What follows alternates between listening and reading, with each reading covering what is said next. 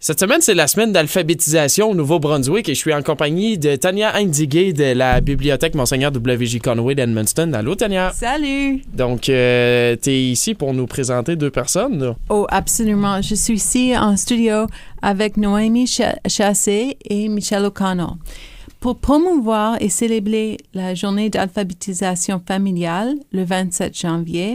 Alors, la Bibliothèque publique d'Edmundston, en collaboration avec 4 élèves de 6e année de l'École Notre-Dame et CFAI et Parle-moi, nous propose 4 entrevues avec des personnes de notre communauté qui font la promotion de la littératie.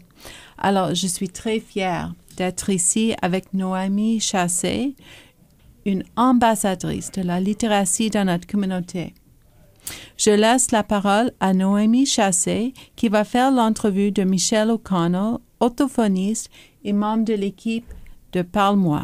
Bonjour, aujourd'hui je vais vous présenter Michelle O'Connell, orthophoniste, avec Parle-moi. Pouvez-vous m'expliquer c'est quoi la mission Parle-moi? Oui, le service Parle-moi, d'abord, c'est un service de développement du langage pour tous les enfants de 0 à 5 ans du district scolaire francophone du Nord-Ouest. Donc, on a quand même différents objectifs. On a la prévention, la promotion et aussi l'éducation des bonnes habiletés de langage chez les tout-petits. Donc, finalement, c'est donner des trucs, des stratégies aux parents, aux éducateurs, toutes les personnes qui entourent les petits-enfants à comment stimuler le langage des tout-petits. Est-ce qu'il est important d'exposer des enfants à la littératie avant qu'ils aient en communauté commencé l'école? Oui, absolument. Puis ça, dès la naissance, au niveau de la littératie. On sait que le langage est à la base de la littératie. La majorité des connexions du cerveau vont se faire entre 0 et 3 ans pour le langage. Donc, d'où l'importance aux parents, aux éducateurs, aux grands-parents de parler beaucoup, donner beaucoup de modèles de langage, d'intervenir, d'interagir avec leurs enfants pour pouvoir construire le langage avant l'entrée scolaire. Comment est-ce qu'un parent peut stimuler un enfant pour qu'il soit prêt pour l'école?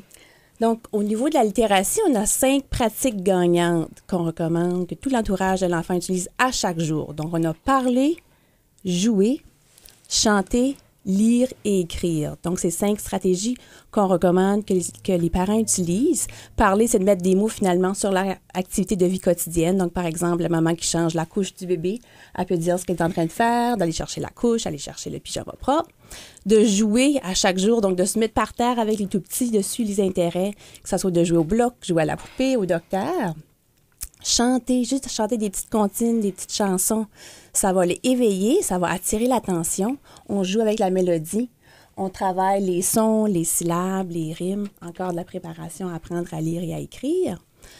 On a aussi lire, c'est certain. Donc, le meilleur jouet pour les tout-petits, pour l'alphabétisation, c'est de les exposer à chaque jour à des livres, des histoires, de regarder les images ensemble, de mettre des mots dessus, faire des petites phrases.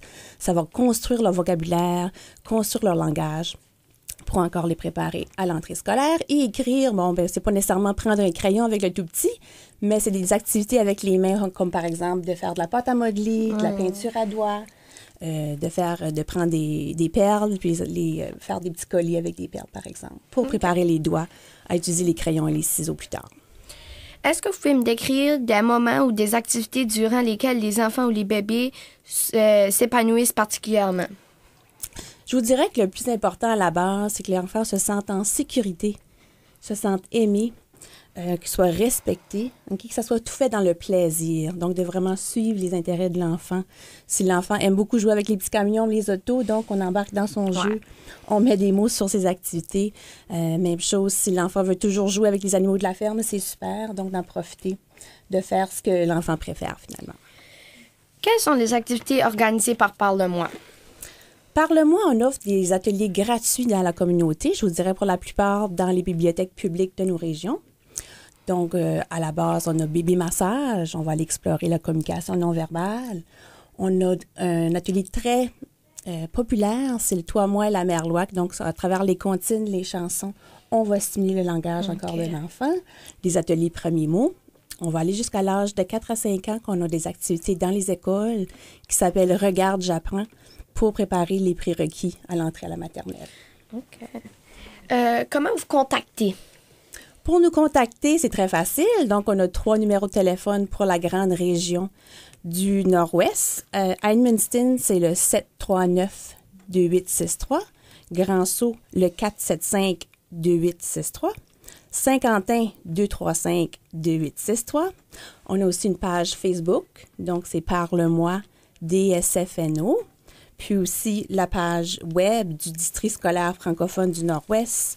On a un onglet Petite enfance qu'on peut aller nous retrouver. Donc, on encourage les parents, les grands-parents, les éducateurs à nous contacter si jamais ils ont des questions, des inquiétudes et aussi pour s'inscrire à nos ateliers gratuits.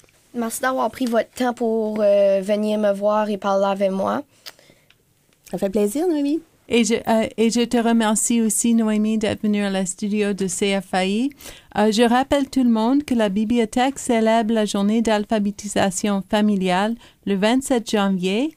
Alors, contactez-nous pour d'autres informations au 737-68-64. Merci beaucoup.